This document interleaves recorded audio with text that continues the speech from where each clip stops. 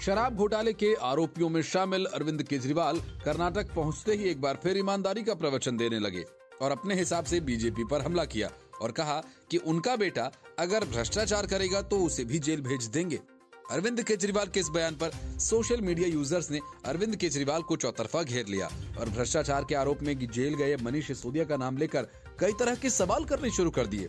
दिल्ली के मुख्यमंत्री अरविंद केजरीवाल ने कर्नाटक चुनाव अभियान की शुरुआत करते हुए कहा कि बीजेपी के एक नेता का बेटा 8 करोड़ रुपए के साथ पकड़ा गया, लेकिन उसे गिरफ्तार नहीं किया गया। ऐसा भी हो सकता है कि सरकार अगले साल उसे पद्म भूषण दे दे।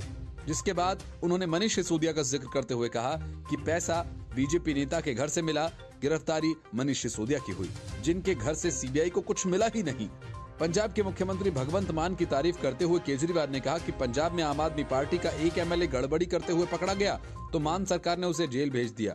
उन्होंने आगे कहा, हमारी सरकार दूसरे दलों के नेताओं को ही केवल जेल में नहीं भेजती, बल्कि गड़बड़ी करने पर अपने लोगों को भी जेल भेज देती है। उन्होंने कहा कि मेरा बेटा भी अगर भ्रष्टाचार करेगा तो उसे जेल भेज देंगे।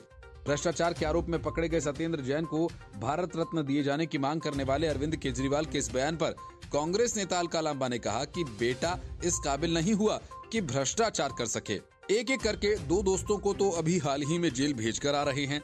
एक ट्विटर यूजर ने सवाल किया कि इसका अर्थ ये है कि मनीष सिसोदिया ने भ्रष्टाचार किया, इसलिए ही वो जेल गए हैं।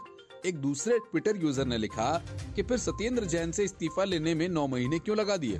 मनीष सिसोदिया और सत्येंद्र जैन को बचाने के लिए एड़ी चोटी का जोर क्यों लगा रहे हो?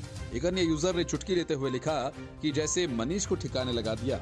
एक अन्य ट्विटर हैंडल से कमेंट आया, मनीष को कहीं आपने ही तो जेल नहीं भेजा।